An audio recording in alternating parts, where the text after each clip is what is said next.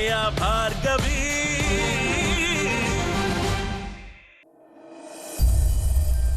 ಅಂದ್ರೆ ಇದಕ್ಕೆಲ್ಲ JP ಪಾಟೀಲ್ ಕಾರಣನಾ? ಹೌದು. ನಾನು ಇಷ್ಟು ವರ್ಷ ಕೆಲಸ ಬಿಟ್ಟು ಮನೆಯಲ್ಲಿ ಕೂತಿರೋದಕ್ಕೆ ಆ JP ಪಾಟೀಲೇ ಕಾರಣ. ನೀನು ಎಷ್ಟೇ ಸಲ ಕೇಳಿದ್ರು ನಾನು ಹೇಳಿರ್ಲಿಲ್ಲ. ಇವತ್ತು ಟೈಮ್ ಬಂದಿದೆ. ನಾನು JP ಅಂದ್ರೆ ಜಯಪ್ರಕಾಶ್ ಒಂದೇ ಲಾ ಫರ್ಮಲ್ಲಿ ಕೆಲಸ ಮಾಡ್ತಾ ಇದ್ವಿ. ಇಬ್ಬರು ತಕ್ಕಮಟ್ಟಿ ಸ್ನೇಹಿತರಾಗಿದ್ವಿ. ಆಗಾಗ ಲಾ ಪಾಯಿಂಟ್ಸ್ನ ಎತ್ಕೊಂಡು ಪರಸ್ಪರ ಫೈಟ್ ಮಾಡ್ತಿದ್ವಿ, ಜಗಳ ಮಾಡ್ತಿದ್ವಿ. ಆದರೆ ಅದೇ ಮುಂದೊಂದು ದಿನ ನಿಜ ಆಗುತ್ತೆ ಅಂತ ಅಂದ್ಕೊಂಡಿರ್ಲಿಲ್ಲ.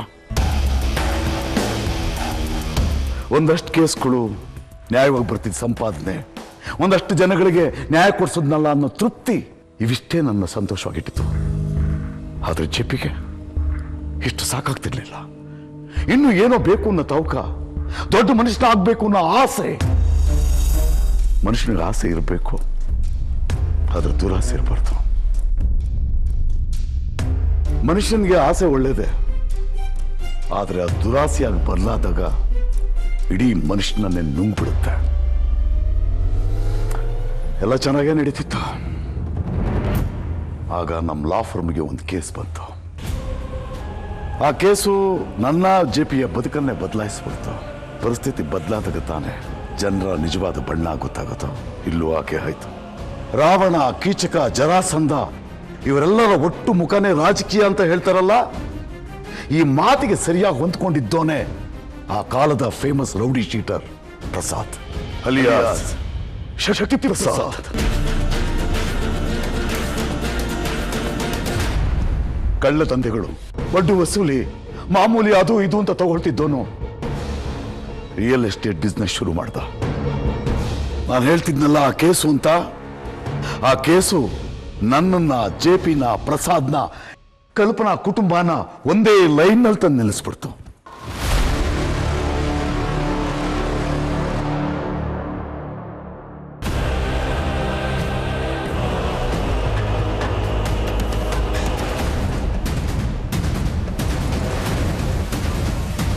ಪಾಪ ಮುರಳಿ, ಕಲ್ಪನಾ ಇಬ್ರು ನಮ್ಮ ಆಫೀಸಿಗೆ ಬಂದ್ರು.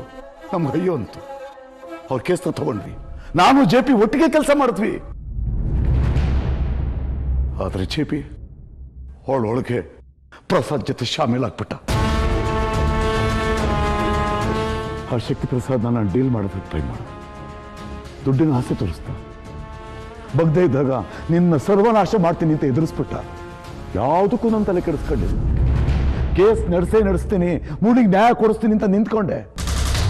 ಕಣ್ಮುಂದೆ ಸತ್ಯ, ನ್ಯಾಯ ಎಲ್ಲ ಸೋತೋಗ್ಬಿಡ್ತು ಪೂರ್ಣಿ. ಮಧ್ಯದಲ್ಲ ಪುಟ್ಟ ಮಗು, ಕಲ್ಪನಾ ಮಗು ಸಹನ ಬಂತು. ಅದಕ್ಕೂ ಏಟ್ಬಿತ್ತು. ಏಟಿದ್ದ ಜಾಗದಿಂದ ರಕ್ತ ಹರಿದೋಯ್ತು ಪೂರ್ಣಿ. ನೋಡ್ತಾರೆ ಆ ಮಗು ಸಹನ ಪ್ರಾಣ ಕಳ್ಕೊಂಡ್ಬಿಡ್ತು. ಒಂದು ಸಾರಿ ಮನುಷ್ಯನಿಗೆ ದುಡ್ಡಿನ ರುಚಿ ಹತ್ತಿದ್ರೆ ಅದು ಸುಲಭಕ್ಕೆ ಹೋಗೋದಿಲ್ಲ ಪೂರ್ಣಿ. JPಗೂ ಹಾಗೆ ಆಯ್ತು. ಪ್ರಸಾದ್ನ ಹತ್ರ ಇನ್ನಷ್ಟು ದುಡ್ಡು ಇಸ್ಕೊಂಡ. ಸತ್ತೋದ ಸಹನಾನ ಎಲ್ಲ ಕಳ್ಕೊಂಡ. ಕಲ್ಪನಾ ಬೀದಿ ಪಾಲಾಗ್ಬಿಟ್ಲು ಪೂರ್ಣಿ, ಬೀದಿ ಪಾಲಾಗ್ಬಿಟ್ಲು.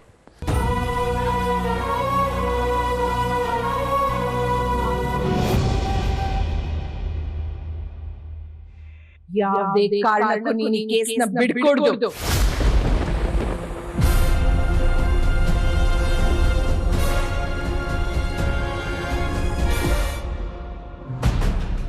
ನೀನ್ ಕೇಳಿಸ್ಕೋತಾ ಇರೋದು ಸರಿಯಾಗಿದೆ ಭಾರ್ಗವಿ. ಯಾವುದೇ ಕಾರಣಕ್ಕೂ ಈ ಕೇಸ್ ಕೈ ಬಿಡ್ಬೇಡ. ವಾದ ಮಾಡಿ ಗೆಲ್ಲಬೇಕು. ಅಮ್ಮ ಅಮ್ಮ ಏನ್ ಹೇಳ್ತಿದ್ಯಾ ಅಮ್ಮ?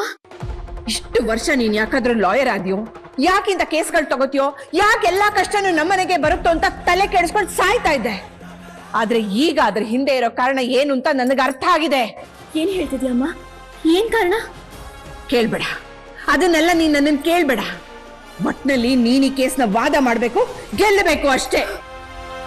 ಅಮ್ಮ ನೀನ್ ಯಾಕೆ ಹೀಗೆ ಮಾತಾಡ್ತಿದ್ಯಾ? ಏನ್ ವಿಷಯ ಅಮ್ಮ? ಏನು ಹೇಳೋ ಪರಿಸ್ಥಿತಿಯಲ್ಲಿ ನಾನು ಇಲ್ಲ ಭಾರ್ಗವಿ.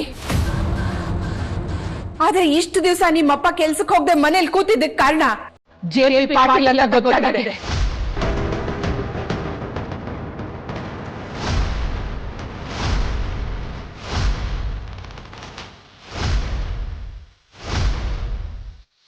ಅಮ್ಮ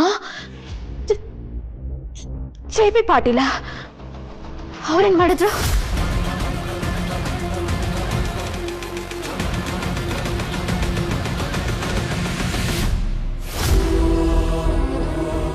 ಹೇಳಮ್ಮ, ಏನಾಯ್ತು?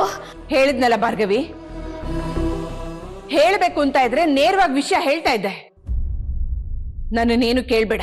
ಹೀಗೆ ಒಟ್ಟೊಟ್ಟಾಗಿ ಮಾತಾಡಿದ್ರೆ ನನ್ಗಿನ್ನೂ ಟೆನ್ಷನ್ ಜಾಸ್ತಿ ಆಗುತ್ತಮ್ಮ. ದಯವಿಟ್ಟು ಅದೇನಂತ ಹೇಳು. ಜೆ.ಪಿ. ಪಾಟೀಲು ಅಪ್ಪನ್ಗೆ ಏನ್ ಮಾಡಿದ್ರು? ಅವ್ರು ಕೋರ್ಟ್ಗೆ ಹೋಗದೆ ಕೈ ಕಟ್ಕೊಂಡು ಮನೆಯಲ್ಲಿ ಕೂತ್ಕೊಳ್ಳೋ ಹಾಗೆ ಮಾಡಿದ್ದಾರೆ. ಅವ್ರ ಕೈಯನ್ನ ಕಟ್ಟಿ ಹಾಕಿದ್ದಾರೆ ಭಾರ್ಗವಿ. ಇಷ್ಟು ವರ್ಷ ಇವ್ರ ಮನೇಲಿ ಕೂತು ಕಷ್ಟಪಟ್ಟು ನೋವು ಅನುಭವಿಸಿದ್ದನ್ನ ನಾನ್ ನನ್ನ ಕಣ್ಣಾರೆ ನೋಡಿದ್ದೀನಿ ಭಾರ್ಗವಿ. ನಿಮ್ಮಪ್ಪಂಗ ಎಷ್ಟು ಸಲ ಪ್ಯಾನಿಕ್ ಅಟ್ಯಾಕ್ ಆಗ್ತಾ ಇತ್ತು. ಆಗೆಲ್ಲ ಇವ್ರಿಗೆ ಏನ್ ತೊಂದರೆ ಆಗೋಗುತ್ತೋ ಅಂತ ನನ್ ಜೀವನ ಕೈಯಲ್ಲಿ ಹಿಡ್ಕೊಂಡು ಬದುಕಿದ್ದೀನಿ ಕಣೆ.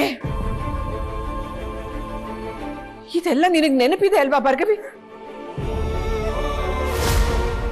ನೀನು ಬೃಂದ ಚಿಕ್ಕವರಾಗಿದ್ದಾಗ ಆಟ ಆಡ್ಕೊಂಡು ಮನೆಗ್ ಬಂದಾಗ ಇವ್ರ ಹತ್ರ ಹೋಗ್ತಾ ಇದ್ರಿ, ಇವ್ರು ನಡ್ಕೊಂಡೊಂದ್ ಮೂಲೆಯಲ್ಲಿ ಕೂತಿರ್ತಾ ಇದ್ರಲ್ಲ.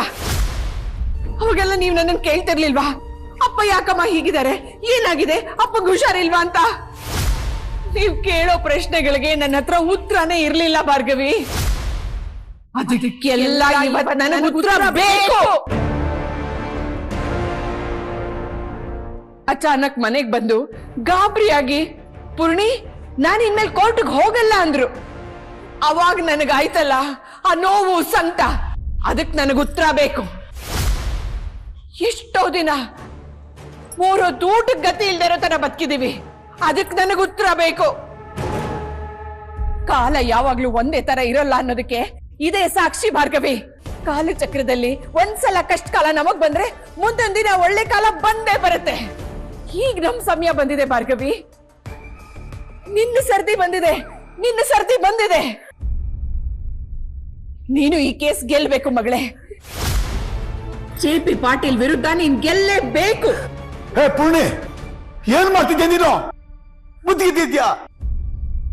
ನಾನು ನನ್ನ ಹಳೆ ನೋವನ್ನು ಹೇಳ್ಕೊಂಡಿದ್ದು ಇವಳನ್ನ ಅವ್ರ ವಿರುದ್ಧವಾಗಿ ಎತ್ತು ಕಟ್ಟು ಅಂತಲ್ಲ, ಆ ರಾಕ್ಷಸರಿಂದ ಆಗೋ ಅನಾಹುತನ ತಪ್ಪು ಅಂತ. ಬೇಡ ರೀ, ಮಾತಾಡ್ಬೇಡಿ. ಇವತ್ ನೀವು ಪಟ್ಟಿರೋ ಕಷ್ಟನ ನಾನ್ ನನ್ ಕಣ್ಣಾರೆ ನೋಡಿದೀನ್ರಿ.